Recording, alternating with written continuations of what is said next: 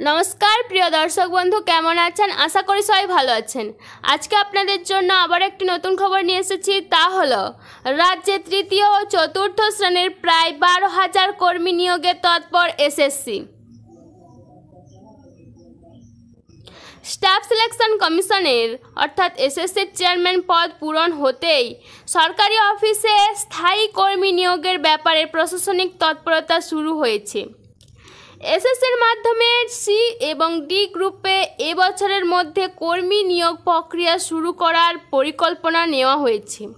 सरकारी सूत्रेर खबर दुटी श्रेणी मिलिए प्रथम पर्याये अंतत 11 থেকে 12,000 कर्मी नियोग होते पारे। এই প্রক্রিয়া শুরু করার জন্যই এসএসসির সদস্য পদগুলি পূরণ করতে হবে। বিধানসভায় সংশোধনী বিল পাস করার পর এসএসসি আইনের একটি বিজ্ঞপ্তি জারি করা হয়েছে। তাতে সদস্য রাখতে বলা হয়েছে চেয়ারম্যান ছাড়া সর্বাধিক 6 জন। সদস্য নিয়োগ করার জন্য সরকারি পর্যায়ে উদ্যোগ নেওয়া হয়েছে। দিন কয়েক আগে কর্মীবর্গ ও প্রশাসনিক সংস্কার দপ্তর এসএসসির চেয়ারম্যান পদে অবসরপ্রাপ্ত আইপিএস আধিকারিক বিবেক সহায়কে নিয়োগের জন্য বিজ্ঞপ্তি জারি করে।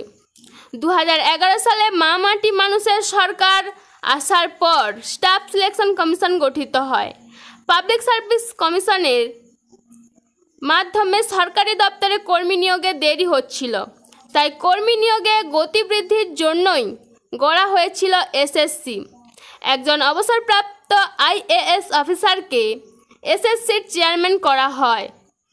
গ্রুপ বি এবং সি পদে কর্মী নিয়োগের জন্য পরীক্ষা নিতে শুরু করে এসএসসি। ক্লার্ক নিয়োগের জন্য একবার ক্লার্কশিপ পরীক্ষা নেয় তারা, কিন্তু তারপর রাজ্য সরকার হঠাৎই এসএসসি তুলে দেওয়ার সিদ্ধান্ত নেয়।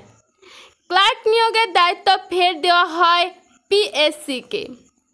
অন্যদিকে গড়া হয় একটি পৃথক গ্রুপ ডি রিক্রুটমেন্ট বোর্ড। রাজ্য সরকারের বিভিন্ন দপ্তরে বেশি সংখ্যায় গ্রুপ ডি কর্মী নিয়োগের জন্যই এই ব্যবস্থা। পরে অবশ্য তুলে দেওয়া হয় এই বোর্ডটিও। ফের এসএসসি চালু করার জন্য 2022 সালে বিধানসভায় একটি সংশোধনী বিল পাস করায় রাজ্য সরকার। গত বছর ওই বিলের ভিত্তিতে এসএসসি আইনের বিজ্ঞপ্তি জারি করা হয়েছে। সরকারি সূত্রে খবর নিউ টাউনের একটি অফিস থেকে এসএসসি কাজ করবে। প্রথম পর্যায়ে গ্রুপ ডি কর্মী নেবে 8,000-এর কিছু বেশি। গ্রুপ সি পদে নেওয়া হবে 3-4 হাজার জনকে। এর জন্য প্রতিযোগিতামূলক পরীক্ষা নেবে এসএসসি।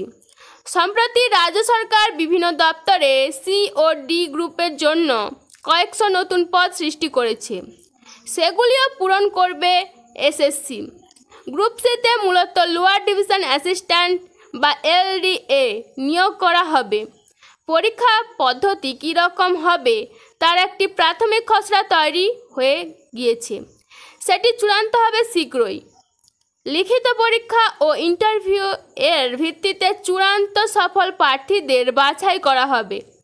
এলডিএ নিয়োগের ক্ষেত্রে কম্পিউটারে লেখার পরীক্ষা দিতে হবে। প্রিলিমিনারি ও মেইন লিখিত পরীক্ষা নেওয়া হবে এই দুটি পর্যায়ে এবং দুটি স্তরে। দুটি পরীক্ষায় নেওয়া হবে অবশ্য একই সঙ্গে। অবজেক্টিভ টাইপের প্রশ্ন থাকবে। প্রিলিমিনারিতে শুধুমাত্র ওই পরীক্ষায় সফল প্রার্থীদের মেইন পরীক্ষার উত্তরপত্র দেখা হবে, তারপর নেওয়া হবে ইন্টারভিউ।